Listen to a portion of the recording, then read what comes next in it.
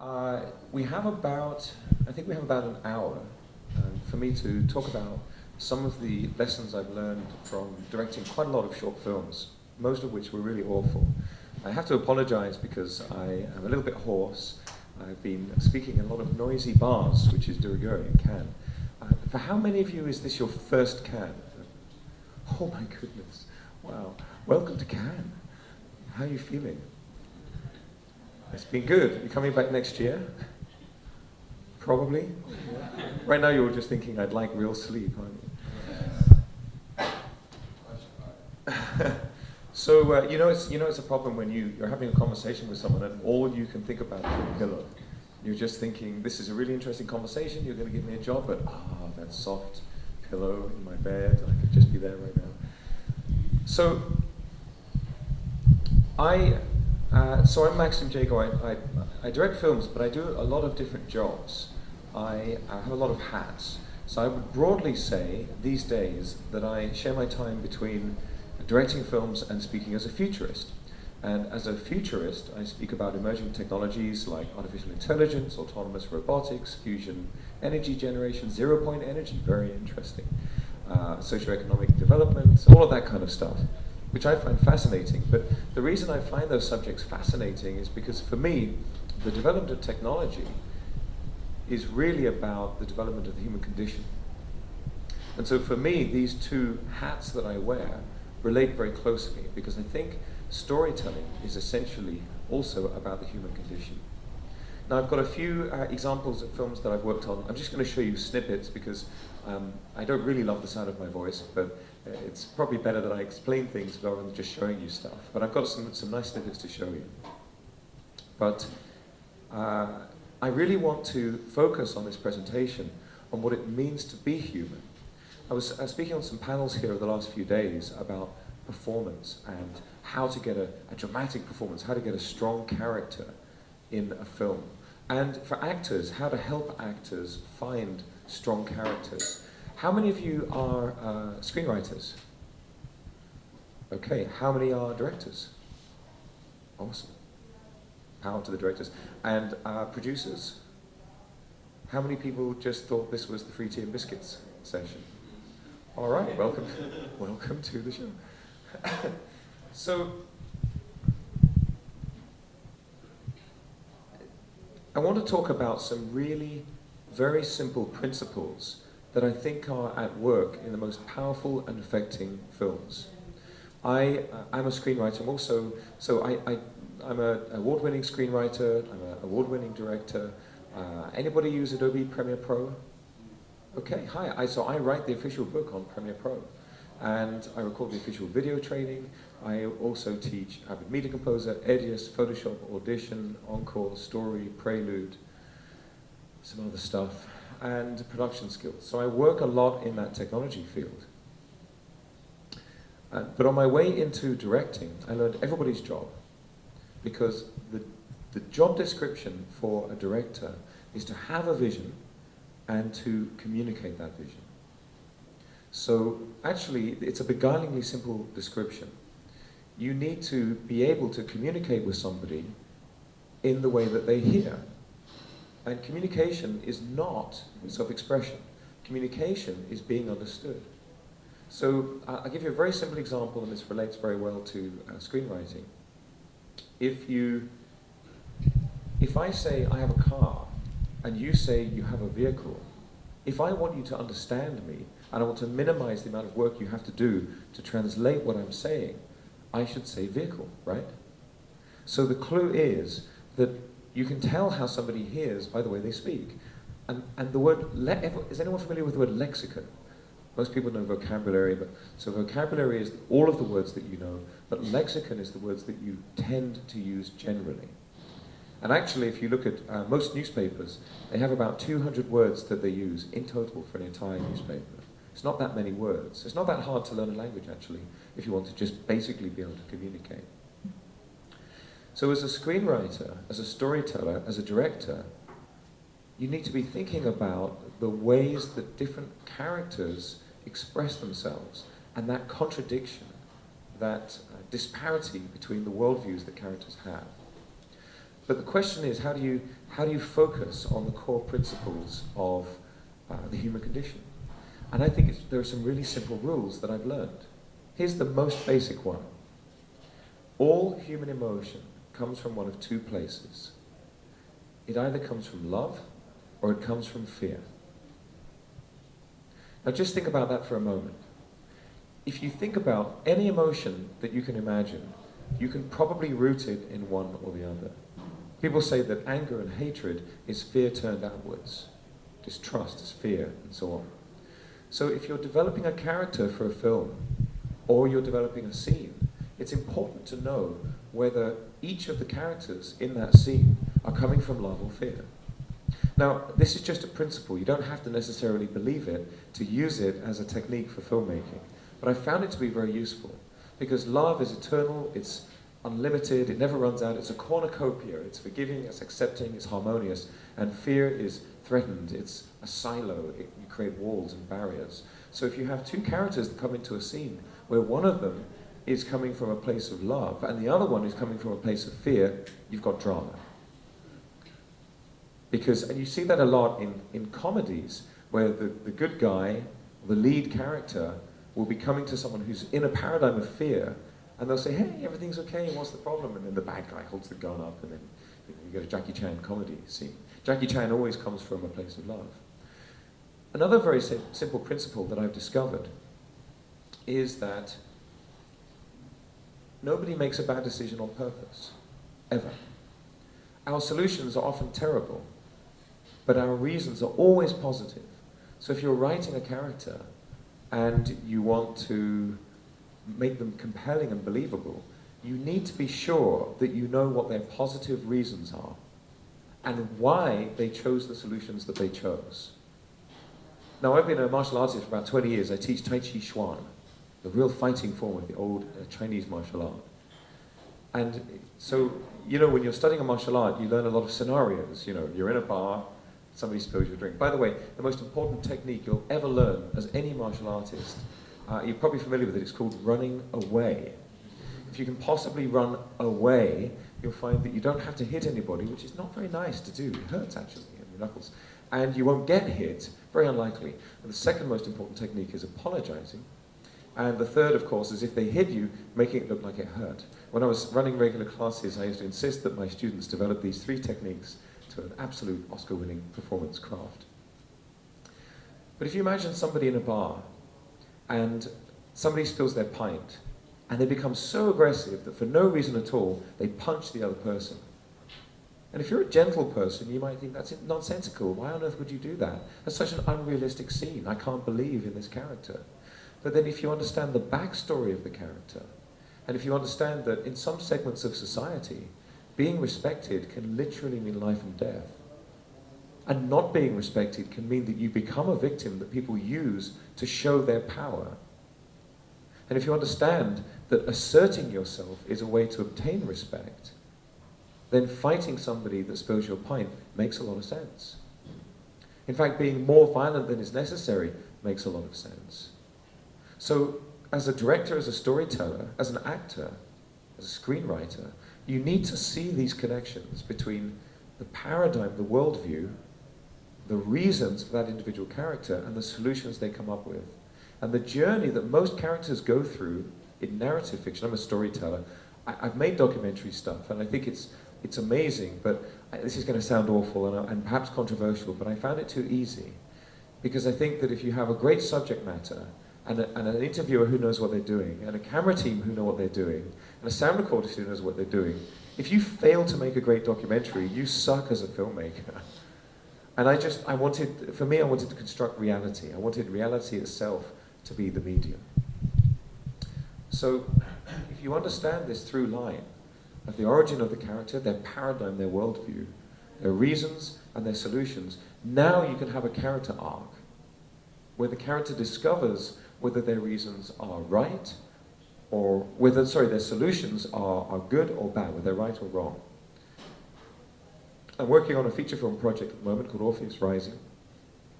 And I was going to show you actually, when you go to the Cannes Film Festival and they give you a leaflet or a poster And at film school, they always say, you know, give people leaflets because they look cool. Why would you do that? The first time I came to Cannes, I had 3 suitcase loads of leaflets and books, and then I could not take them home. So for this particular project, Orpheus Rising, I made these. These are USB sticks that use a symbol from the film.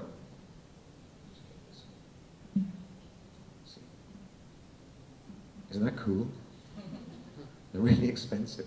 So I've been carrying one of these around with the script on it, and you know, an EPK, and some visuals from the film, and an offline version of the website, just in case I bump into Johnny Depp.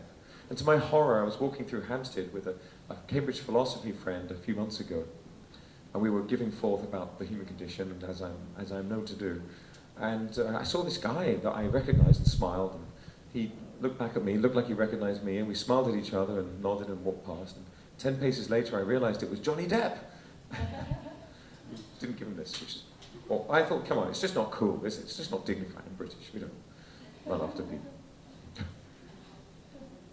So I mentioned this film project because Orpheus Rising is an Orphic journey. Anyone familiar with the story of Orpheus? He goes down to the underworld to get to heaven. There's a gateway to heaven in the underworld. Americans always get this because you cover the Greek classics better than we do in the UK at school. And the film is a love story thriller, and it's 80% love story, 20% thriller. It's about purpose. It's about why we become what we become and whether we can change. And the answer is always. But you have to be prepared to let go of what you were. But the game sequel that we plan to release the same day as the film is 80% thriller, 20% love story. And it's about righteous anger. It's about the idea that although in our culture, I'm from Britain, if you're from North America, in fact most of the world, we say that violence or anger is unacceptable. We say that we should never be angry, we should always have self-control and restraint. But there are occasions where anger is valid. I have an old friend of mine was a psychologist. He died a few years ago. But he used to say that if something bad happens to you, and as a consequence you feel badly, that's great. Those bad feelings indicate that you're emotionally natural. It means that you're normal. If you have some traumatic experience when you're a child, then it leaves you nervous. When many years ago, I worked for a guy with ginger hair, Viking blood. And once we had a debate, and he explosively lost his temper. And ever since then, if I ever have a disagreement with somebody with ginger hair, I genuinely go cautiously into the conversation because I remember that moment. And by the by, if you're working with an actor and you're trying to help them find an authentic moment, an authentic emotional response, one of the best ways you can do that is by taking them aside and saying, the last time this happened to you, blah, blah, blah, blah, blah. So you take them aside and you say, did you notice he's got really ginger hair? They say, yeah.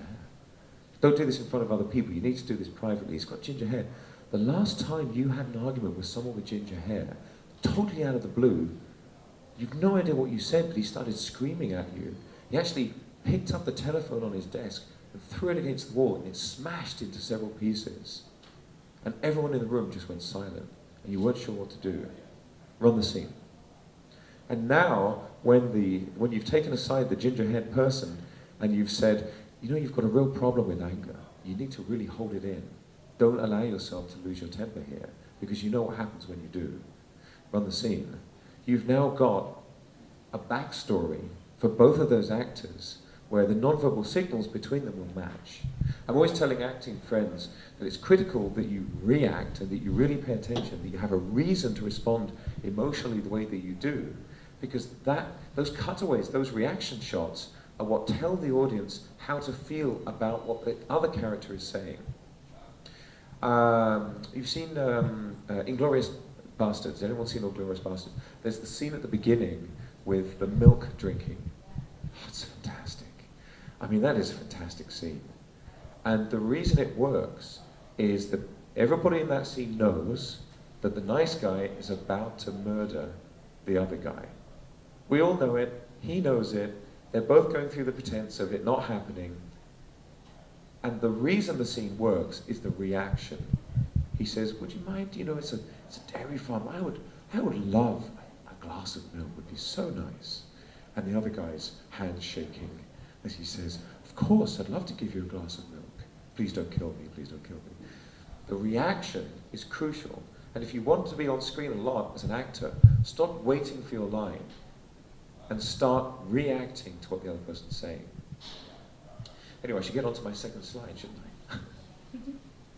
I wanted to talk about some really basic stuff. Some really basic stuff to do with filmmaking that I've learned the hard way. And I wanted to really actually begin, not with love and fear, but I wanted to begin with the question, why? It's really critical. When I was a child, 2 words were banned in our house for about 3 months. The first was why, and the second was God. And it was brilliant, because I drove my parents completely crazy when I hit that age where I wanted to know why everything worked. And eventually they said, we want you to just take a break from the word why. Completely. I wasn't allowed to use that word. It was very frustrating.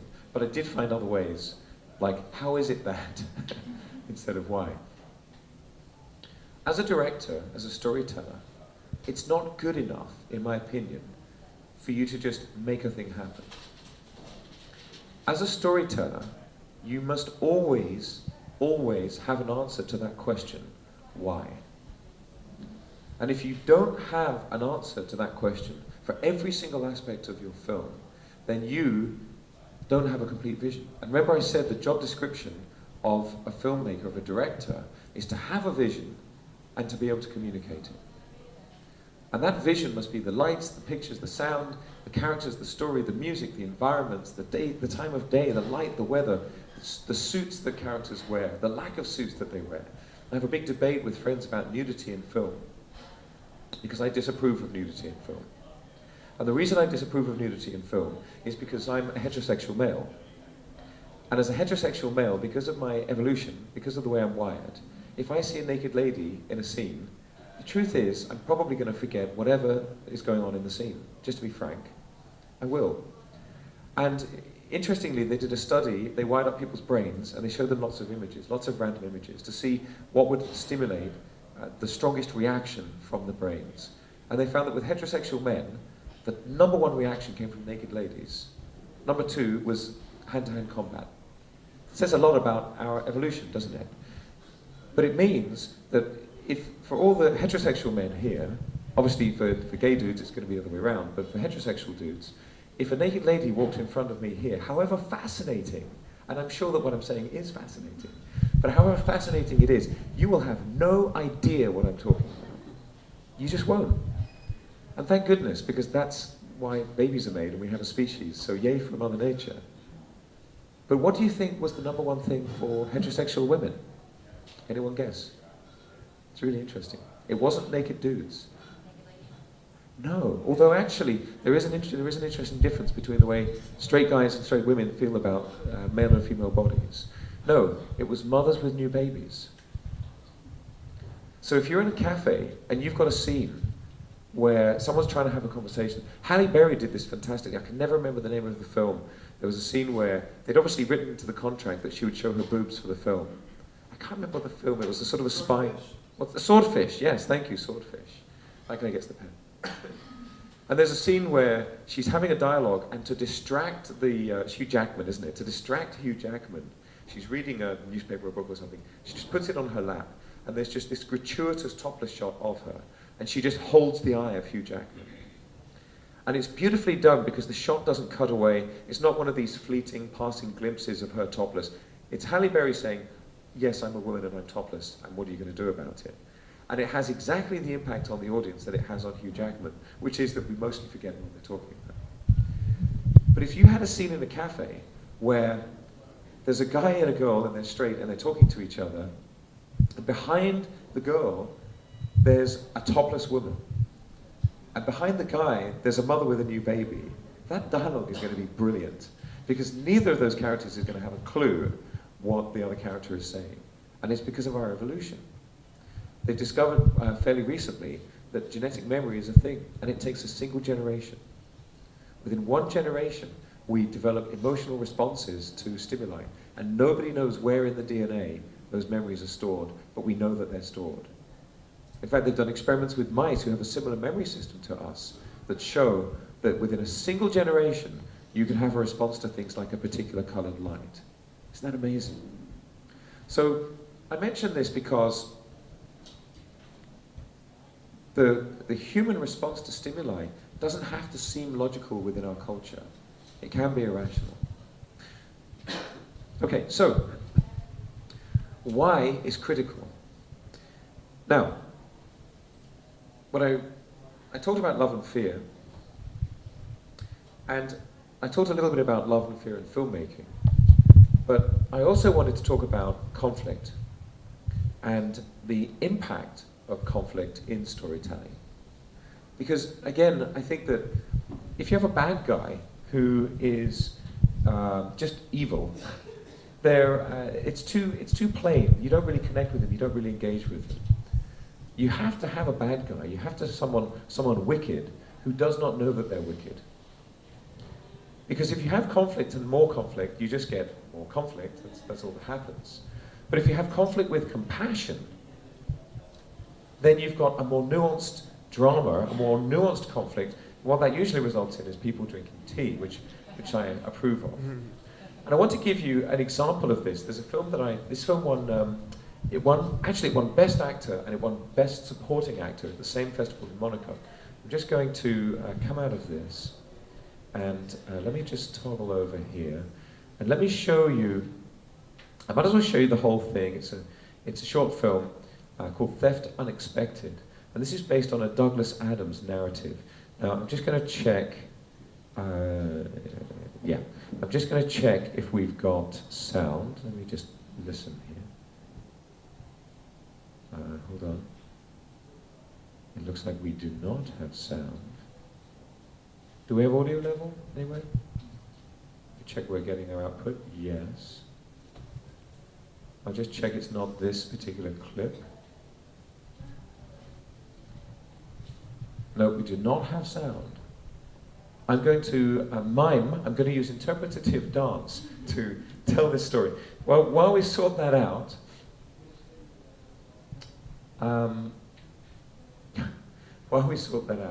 we come back in here. Where is it now? Slideshow, play from current slide. There we go. Good. Okay. So when we get that, this actually leads on quite nicely to the next slide I wanted to talk about, which is setting the mood.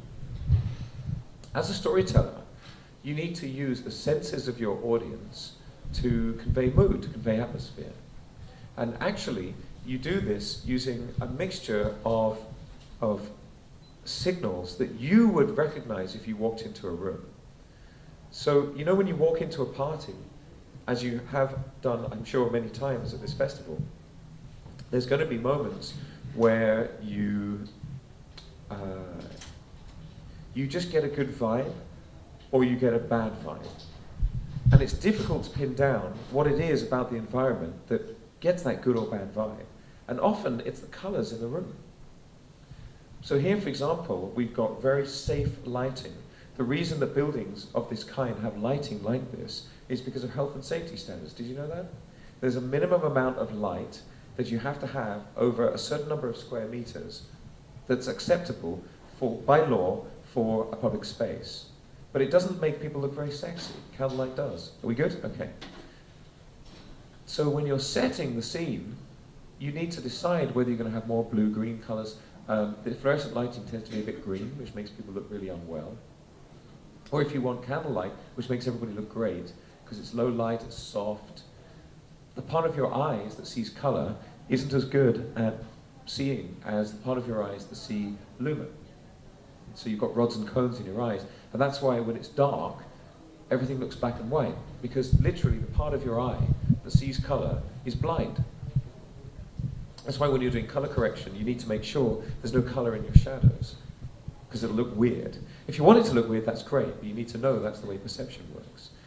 So if you're creating a scene where you want people to feel comfortable with one another, you want them to feel easy and relaxed, you want a lot of soft light, you want it to be quite red, quite warm. But acoustically, you'll notice that if you're in an environment like this one, really, with this mic and the reflected sound, where you get these hard, crisp noises, it will make people uncomfortable. And if you have that kind of soft, crushed, fuzzy, compressed sound, it makes people feel super relaxed.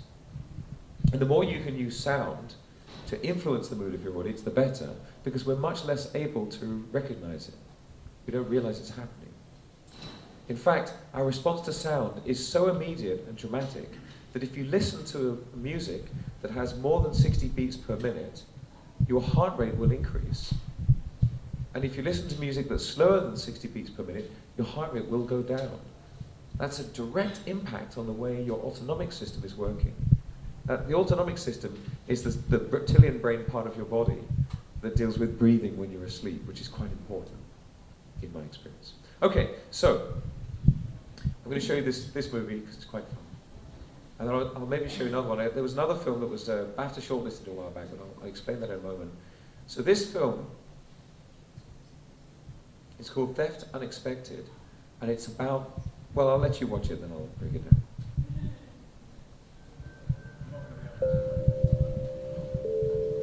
Can I just have a cup of tea, please? Okay, can I get you anything else? No, thanks. Oh, I'll have a small packet of biscuits, please.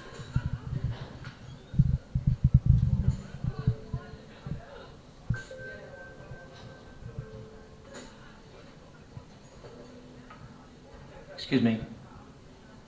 Is the seat taken?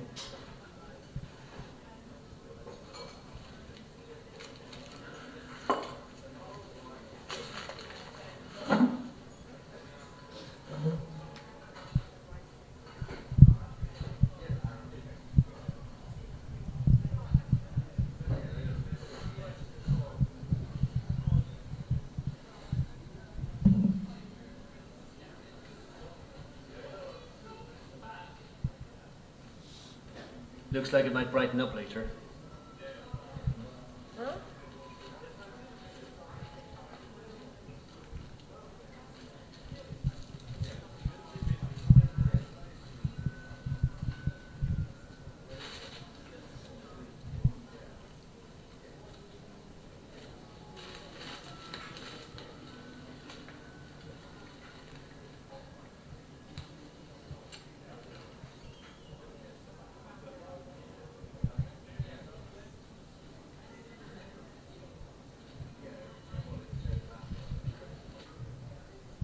Budget soon.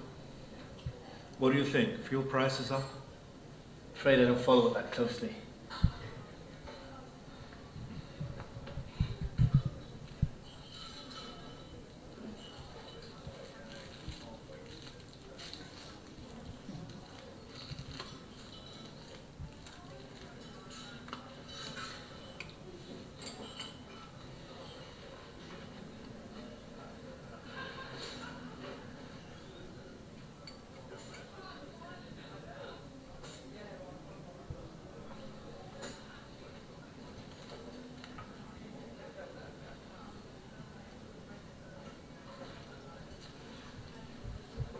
Theft unexpected. 5 across. Get that myself. Do you think the recession will be over by the summer? I certainly hope so.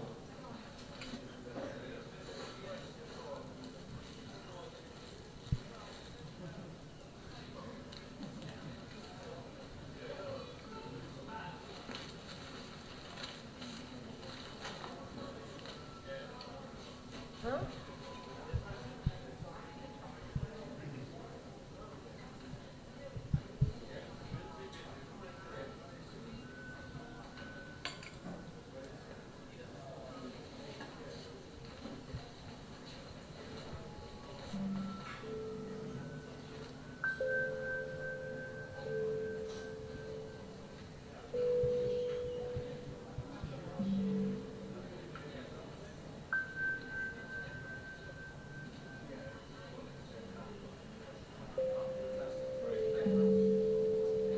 There it is. Isn't that beautiful? And in the original narrative by Douglas Adams, fantastic series of books called The Hitchhiker's Guide to the Galaxy. It's a beautiful story where somebody discovers that flying is possible. All you have to do is throw yourself at the ground and miss. It's lovely. He says that the wonderful punchline of the story is that it's written first person. He's the person who suddenly realizes what happened. But the beautiful thing is that somewhere in the world there's another man with exactly the same story who doesn't know the punchline. He doesn't realize what really happened. He just thinks somebody was stealing his biscuits. So we had some interesting challenges with that film. One of them was that the guy who's eating the biscuits in little, you notice he's eating them in little pieces. We discovered that he had a psychological block that he couldn't have biscuit in his mouth, cookie in his mouth, and drink tea. Because when he was a child, he was told by his mother it was very rude. Why would that be rude? But we had this negotiation on set where I was saying, be rude. I want you to be rude. You have to eat the biscuit and drink the tea. I worked on a film some years ago where there was a lady on set who was a mid-shot, and she was going to be slapped. And as she was slapped, she had to scream. That was the direction. And she admitted when we got to that, she'd read the script, she was there for the shoot, and it turned out she could not scream. She just actually couldn't scream. She didn't know how. And everybody in the room was saying, how can you not know how to scream? So in the end, we had to have somebody off camera scream on her behalf to make it work. So I wanted to talk a little bit. So we've got, we've got some logistical challenges when we're working on films. And I wanted to talk a little bit, I want to talk about the principles and the emotion and the heart and the storytelling, but I also want to talk about some really practical lessons I've learned from, for those of you who came late, I'm Maxim Jago, hello. I've directed 30 films, worked on about 60, and I'm talking about lessons learned. One of the lessons I've learned, which is absolutely critical, is the importance of planning backwards. So begin at the very end of the production, which is, for me, the audience walking out of the cinema feeling something and thinking something. For me, that's the end of the process. And for you to get them to that point, of course, there are some basic logistical things that you need to deal with, like getting it on the screen. But at the risk of being pedantic, getting it on a cinema screen is quite important, technically. These days, most people display films at cinemas by using a DCP. Anyone heard of a DCP? Yes, no, smiles. No. So, if you're going to put together a DCP, you need to make sure that you've got software that can do that. Most systems now have one way or another. There's one workflow or another to produce a DCP. It's a file that's a universal standard for displaying films. And then if you work back from there, you're going to need multiple versions. You're going to need an M&E, a music and effects version, with no vocals so that people can dub it in multiple languages. You're going to need a version in the original language. You're probably going to need subtitles. You need to think about the deliverables. And then if you work back for you to produce the deliverables, well, you need to edit the film.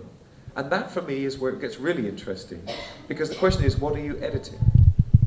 Now, I've cut a lot of stuff. As I mentioned earlier, I write the official book on Premiere Pro.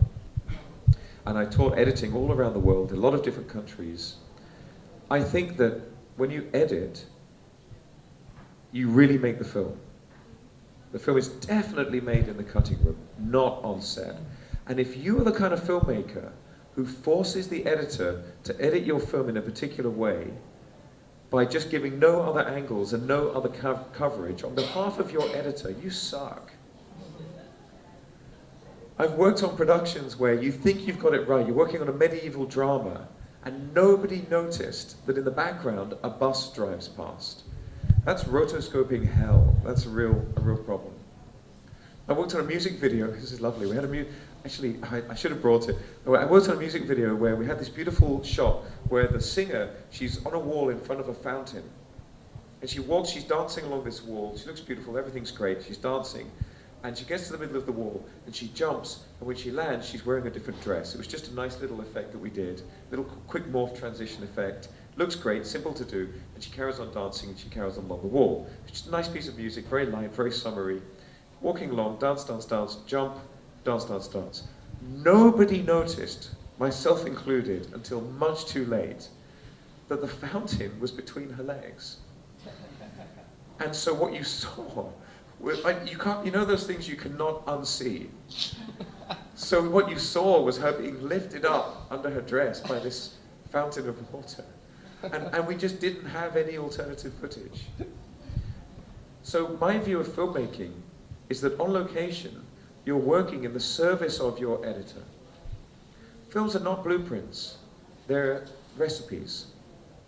So produce the best ingredients that you can, make them amazing, and hand them to your editor so that they can produce a beautiful dish and produce a beautiful meal. So always plan backwards. And because, of course, for you to produce those ingredients, you're going to need a location, actors, props. You're going to need costumes. For you to have those locations, you're going to need to negotiate. You're going to need to do deals. For you to work out the locations, you're going to need a great script. For you to have the great script, you're going to need a great concept, a good premise. You're going to go through development. For you to have that great premise, you're going to need experience. Because the number one thing I think that people don't speak about when they're talking about storytelling is, where do you get your stories from? You get them from living. It's through having experiences that you learn how crazy life can be. So that when you write a scene that's insane, and someone says, that's totally unrealistic, nobody would ever do that, you can say, well, it actually happened. Some years ago I was backpacking around India, and my friends and I were going to the next town, and we wanted to take the bus, and we persuaded the bus driver to let us ride on the roof of the bus. And the bus driver was saying, why? There's enough seats. And we were saying, well, in the UK it's illegal. And we really want the experience. And the driver said, well, you know, okay. And what the driver didn't tell us, which he really could have told us, was that we were going to be taking hairpin bends up a mountain at full speed. So we're sliding from one side of the bus to the other, thinking, oh, this is what near death feels like. But it was great. And as we got to a straight stretch of road, and there was a car behind us with some kids in it. My friends and I were standing on the roof of the bus, making faces at the kids, and having a wonderful time. And my friends got bored and sat down. And I was just, waving and looking at the sun. And then I noticed that the father, I presume, of the family, driving the car, was looking up at me, and he went like this. And I thought, that's bad, isn't it? That's not good. And I span around, and there was a telegraph wire coming towards me at neck height on the road. And I tried to do the Matrix, I tried to kind of just bend like the wind. And it whisked over my head, and then I just landed on the roof of the bus and just survived. I think it would have twanged me onto the car behind. Now, I mention this story because it's a perfect example of coincidence, where people who are, you write a script and you think, oh, what's the chance of that? What's the likelihood of that happening? It turns out that unlikely things happen all the time. That's why people win the lottery. There's some rule, like if there's something like 20 people in the room, the chances of you sharing a birthday with somebody is something like 1 in 8. It's a ridiculously low statistic. So don't be afraid of introducing coincidence. So I want to tell you about a production challenge that we had.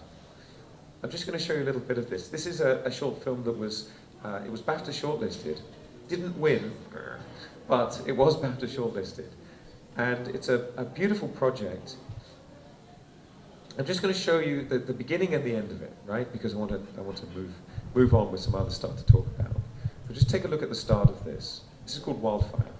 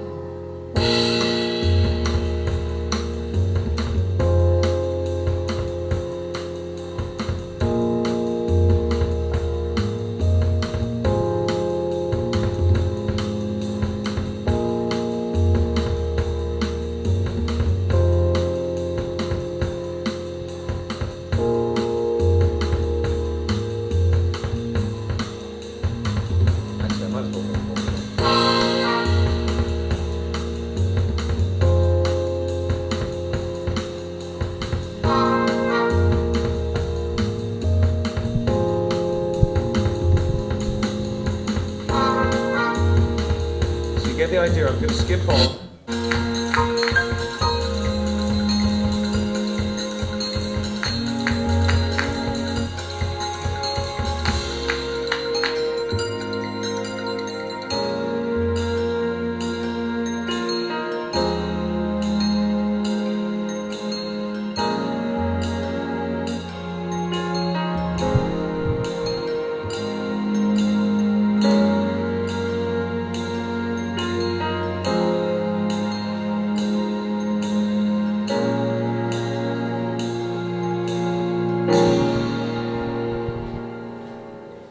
Okay, so I skipped through part of that. Isn't that beautiful? Isn't it lovely?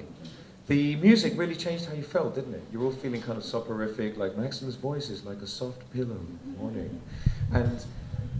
But you hear that music, the beat kicks in, it lifts up your heart rate, you start to pay attention, and then when the beat really kicks in, you feel uplifted and affected by it. Did anybody notice the guy using his wallet pretending it was a camera? Let me see if I can find the shot. This is awesome. Hold on. Where are we now? It's a little bit after this. I don't know if I'm going to be able to find it. We've got the key. Here we go. So, hold on. This is difficult to do without an NLE. I think it's the guy. Where is he? Oh, it's back here. It's the guy with the jacket. So the brief we had for this film was that I wanted 9 people, I can't find it, I wanted 9 people with each person to have a video camera that they knew how to use on automatic, with media and power ready to shoot, and I wanted 2 of those people to be a couple so we could have a kiss at the end. On the day of the production, the producers brought me 3 people.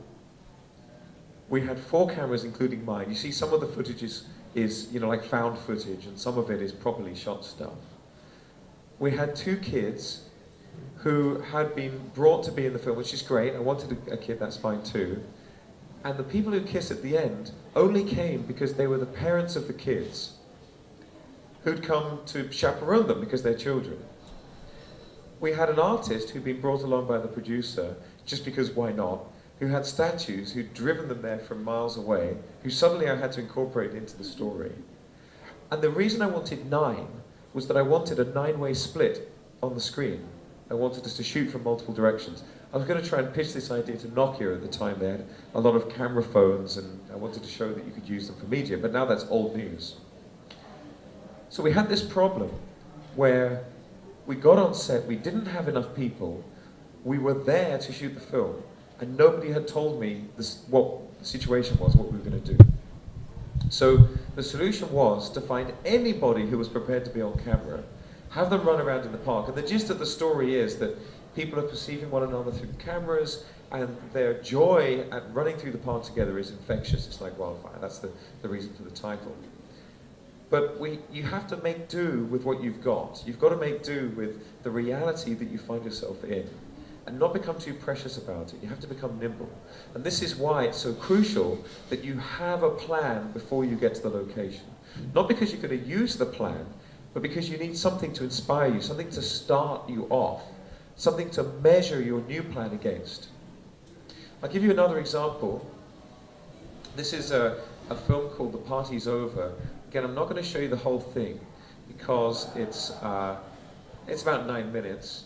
I'm just going to show you the opening of this film. Now this film, The Party's Over, I'll just show you an image of the screen of the video. Let's find a wide. There. So the brief was, it's an indie film, right? I'm an indie director, forging ahead, fighting the good fight. And I said to the producers, we had 2 producers on this, I want 12 extras, a minimum of 8. Now accepting that the lead character is the guy in the middle of the room, sitting at the table, how many extras do you count? 4 days, no, hang on, 2 days, 48 hours before the shoot, the producer said, oh yeah, sorry, we've only got 1 extra. Is that okay? Well, and here's my my reassurance for you. Reality is always more beautiful than our imagining of it. So when you find yourself in a situation as a filmmaker, particularly as an indie filmmaker where you're not working for a studio, I heard about a film recently where they had a $3 million set that they decided they didn't like and they just scrapped it. Oh my God. The number of feature films I could make for that money is unbelievable. But I would guess that most of us in this room are not working on projects like that. And it's difficult to make a Blair Witch or a Paranormal Activity. And I think it's fair to say, and I think the filmmakers would agree, that although those two films were amazing and they made a ton of money, they could not have known how successful they would be. But you just have to accept the reality that you're in and work with what you've got. So 48 hours before the shoot, I found 3 more extras, rewrote the script, and we produced this. But what I wanted to show you in particular is the opening. Because we have about 1 minute and 40 seconds with no dialogue. I just want you to see and see how this feels. See where this leaves you emotionally.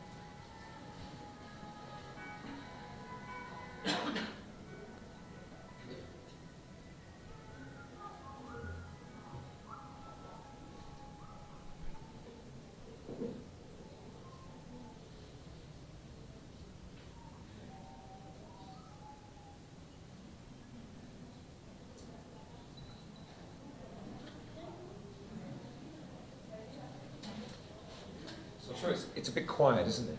The music's a little bit quiet. But what we're seeing there now, what was meant to be a cafe full of people that are allowing this person to be alone in a public space, became itself quite a private space. But it means that later, this film is actually about, it's about date rape. And it means that this very personal and private conversation, instead of being in a relatively anonymous space, suddenly became very, very intimate with the other characters in the cafe. And what we wanted to do with this film, this is called The Party's Over, and it's about, these two are best friends, and they're at a party, and they've always been in love, but never admitted it. And they're at a party, and she's flirting with this guy, but doesn't really want to be with him. She's really just trying to get his attention, get him to, kiss the girl. And the other guy is flirting with her, and he carries her off into his bedroom. And this guy's so heartbroken, he leaves. And what he doesn't realize is that she was fighting him off. And from the bedroom, she's calling for him to save her, to help her, but he isn't there. So the scene begins with him feeling heartbroken and her feeling betrayed. And that was the start of the scene. So we have this conflict of perception and expectation. And it builds and builds and builds. Now, when people are sexually assaulted, it's usually women, but not always, but when people are sexually assaulted, we have this idea culturally that they're going to be strong. That the way you have to show that in film is that they're going to be strong and they're not going to be affected by this, and they're going to get out there and show that they're not beaten by it. But that's nonsense. The reality is that most people who have those kinds of experiences cannot deal with life for at least a month. And the way we set up this film, the way we set up this scene, was that we wanted to have the wrong reaction. So the character, this is Claire Garvey, who's a fantastic actress. The character comes in terrified of life, but even more frightened of losing her best friend. So she fights her fear and comes to meet him. And what she doesn't realize is how angry he is with her for flirting with this guy and going off with him, knowing that he's always held a candle for her. And so as we build up, and it finally turns out what's happened, I wanted to show that sometimes you get the wrong reaction. I'll just skip forward. I don't want to show you too much of this, but it builds and builds up to about here. I don't know if you're going to be able to hear the dialogue, but hopefully you will.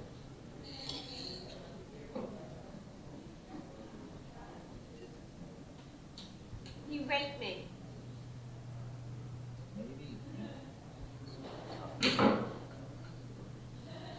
He actually got slapped 14 times in that one day, and we had to put more and more makeup on his face because it was going so red. You can't hear what he says, but what he says is, if you hadn't acted like such a slut, this wouldn't have happened. And so Claire, this is George Cullen's fantastic actor who was in the September tapes, a brilliant actor. We took Claire emotionally to a point where she had two choices, which is to either cry or slap him, and she does both. And we wanted to show that when these things happen, you don't always get the classic movie reaction. People do respond the wrong way. And what happens then? What does that do to you? This is the reality, and it's very powerful. So this was just a short film. I wanted to talk about a couple of things, a couple of core production challenges. Strong hot wildfire. Yeah.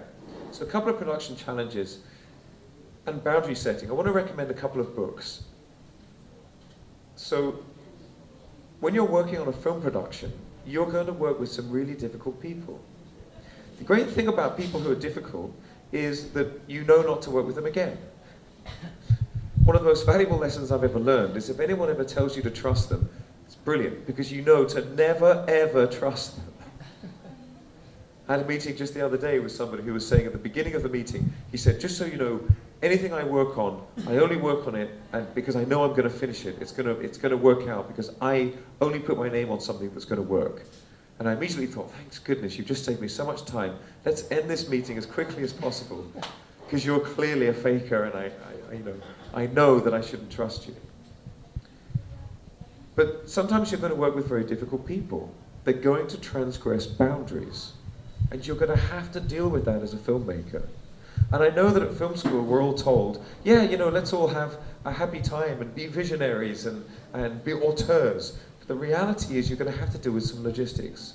So I want to recommend some books that have absolutely changed my life as a filmmaker.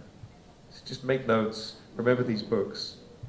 The first is a book called The System of Nonviolent Communication. The principle of nonviolent communication is if you ever define the person you're speaking to in implied speech or tone of voice or anything, you will annoy them and you will get a bad reaction. The simple example in the book is, if you make dinner for me, by the way, my favorite meal is lasagna. If you make dinner for me and I say, and I don't like it, and I say, you're a terrible chef, you're obviously going to be rather unhappy because you went to all the trouble of making the food and I didn't like it. But actually, it will still annoy you if I like it and I say you're a good chef. And the reason it will still annoy you, it turns out, is for me to judge you, I have to place myself above you socially. Which is kind of annoying, because we're social primates. And if we feel like we're equals, we want to stay equals. So the way to avoid that is to say, I liked that lasagna. I enjoyed that lasagna. You describe your experience, not the other person's. That one lesson has taken me through so much conflict on set. When somebody acts badly, I worked on a shoot, admittedly during college, where the sound recordist got stoned and then locked herself in her car with the sound recording equipment because she decided that the producer did not like her. And I was saying, could you just let us have the sound equipment? Like, I understand that you're annoyed and everything, but just give us the microphones and then we can carry on making the film and we can work this out later. But she absolutely refused. So you're going to deal with this conflict sometimes, and I recommend that book is amazing. Another book is called Crucial Confrontations. It's to do with the inevitability of people transgressing boundaries. So you make an agreement with somebody and they don't do it. What do? How do you call them out? And the answer, by the way, I'll give you a book's worth of knowledge, is that you restore the conversation to a point of agreement and then move forward again. And that agreement might be you have to go so far back that you get as far as, I think we all agree we want to make a good film, right? And everyone says, yes, we all want to make a good film. So then you say, okay, I think a way for us to make a good film is to have sound. I think that's a great way for us to make a good film. Do we all agree that having sound is a good idea? Okay, that's Crucial Confrontations, an amazing book. Which leads me to one of the best tips I ever received at film school, bless you, which is from a guy called Ted May. I went to 2 film schools, and the guy who ran the course, at the beginning of the course, he gave us one piece of advice about professionalism. And he said,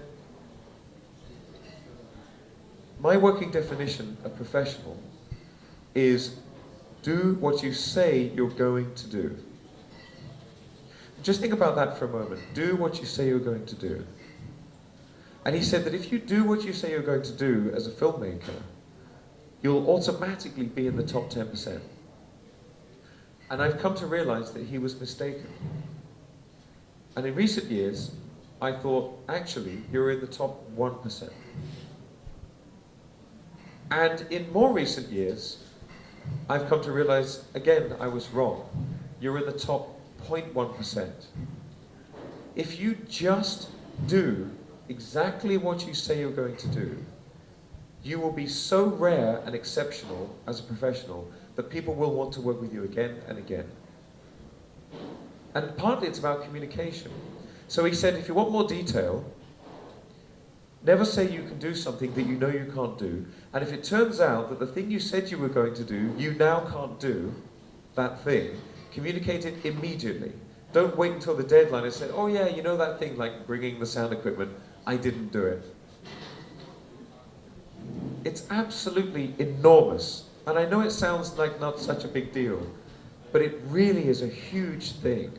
That now I've found professionally that when I work with people who actually do what they say they're going to do, I'm so shocked that I'm making lists of names of people that I want to work with again in the future. Okay, very briefly, I want to, oh yes, another one that's very important is The Naked Ape. It was written a long time ago, The Naked Ape. It was written by a guy called Desmond Morris. He's a zoologist who examined human nature as if we were hairless apes in a zoo. And he explains basically everything you need to know about human nature in a book about us as an animal. He explains body language on the basis of the way amoeba work, because it turns out that we are related to every living thing on the planet. And our non-verbal signals are just as simple, really, as amoeba. Everything about an amoeba moves towards what it wants, which is a mate or food. and away from things it doesn't want, which is a predator or poison. Which is why, when the dude's chatting up the girl in the bar, you can tell if she likes him or not. You can watch this, now I've told you this in bars.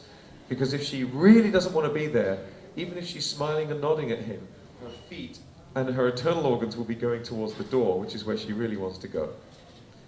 But if the girl likes the guy, her feet and her internal organs will be towards him, even if she's looking the other way and saying, no, no. It's all in the nonverbal signals. And you can build that into your performances. But I wanted to finish off with just one tip for finding performance with your actors, and I'm pretty much out of time. I wonder if there's something I can show. Actually, yes. The Bridge Project is a feature-length documentary I made with an abstract theatre director called Richard Foreman. And the documentary was called Trust Me, Working with Richard Foreman. And Richard Foreman is an extraordinary director. I just want to show you a couple of snippets of this. This is the first 10 minutes. I'm just going to show you... this is great. This is just the first moments of the documentary. There are those people who say, well, yeah, Foreman is interesting, but he's been doing the same thing all these years. I feel I still don't understand much of anything, and I like it that way, because life is not understandable, really. But you still can be lucid, you still can be wide-eyed, clever, alert, but it's not understandable. That's the final ontology, I think. And when I'm making art, I think, as most artists, I think you work totally from instinct. Is this an elaborate hoax? I absolutely love this. This is an abstract theatre director whose entire goal is to make you uncomfortable. Do you see the lady with the newspaper on her head?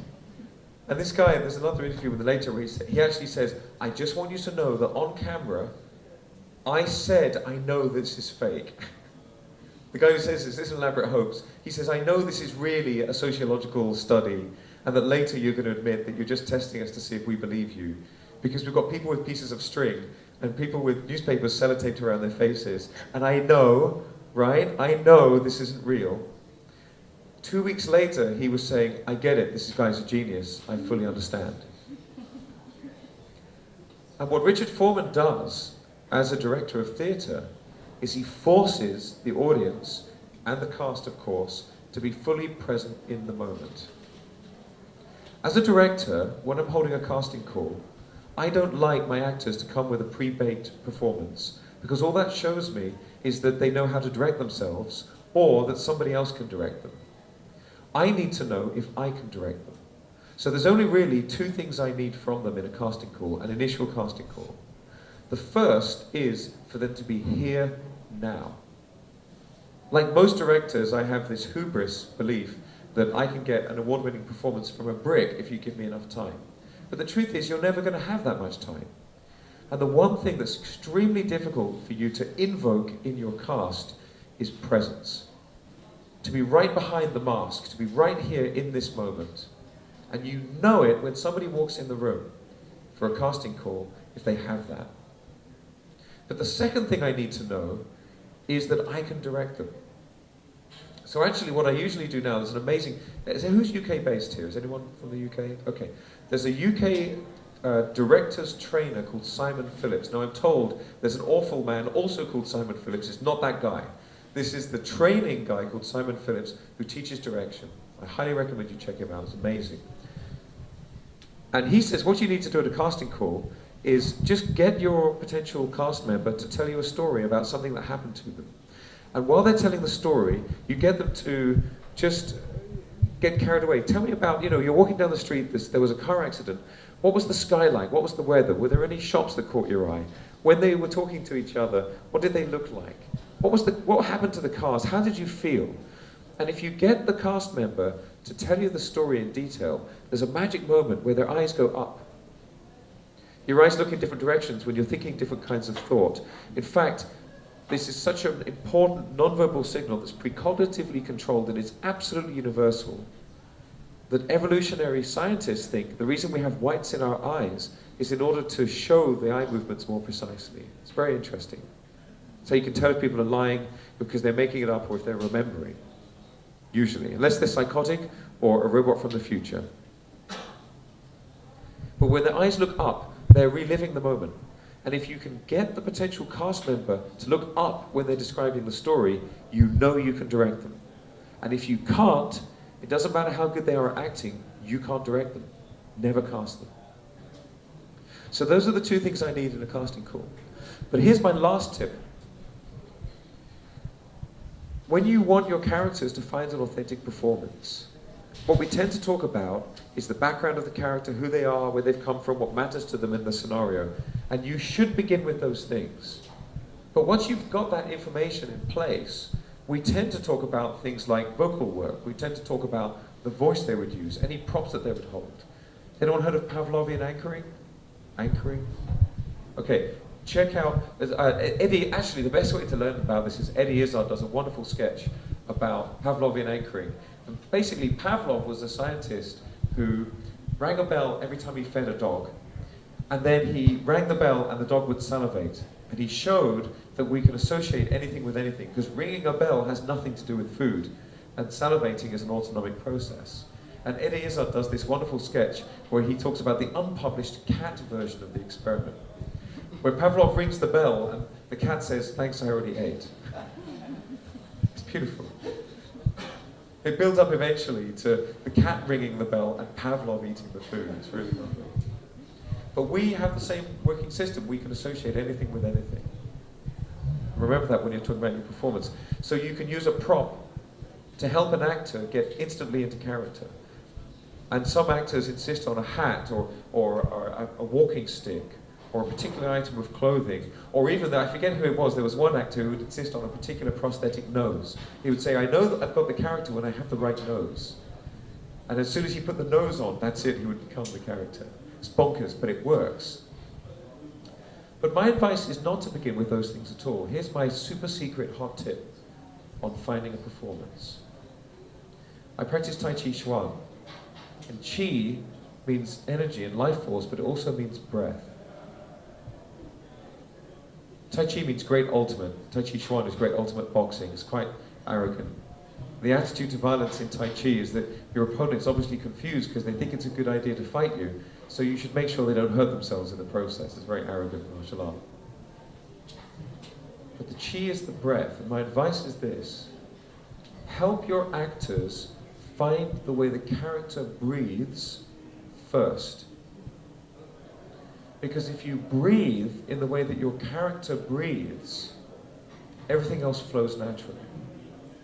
For example, if your character is a bold, sure, solid movement character, they probably have solid in-breaths and out-breaths. When they speak with certainty, and they know that they have plenty of air in their lungs, and they will finish speaking when they're ready to finish speaking, and they haven't finished yet because they still have some air in their lungs, and I think you'll agree. But if they're a shallow breather, where their breathing is irregular and broken, when you have those long bits of dialogue, they're not going to do it right. So if they, let's see if I can do this, if they breathe in small amounts, it means that they don't have that much air in their lungs. And the consequence is that they tend to break up their speech patterns. But what's even more powerful is that they will also break up their movement. You'll find that a character who takes good solid breaths will move in very coherent ways. When they sit. But when a character has broken breath, they tend to move in different bits of their body at different times. And they're not dominant. So if you can help your actor to find the breath of the character and where they speak from, you've all heard about that, right? That you speak from different parts of your body. Find those two things, and the rest will flow with almost no effort whatsoever. The way they walk across the room, the way they hand a prop to another character. A shallow breather won't reach very far because they're nervous. They're nervous they're going to run out of air. A deep breather will reach very far. They'll dive deeply into the water in the swimming pool. So start with the breath. I'm definitely out of time, aren't I? I've run over. Did anybody have any quick questions, jokes, songs, or dances? Everyone's ready for another coffee, aren't they? Well, thank you very much. Thank you for coming along.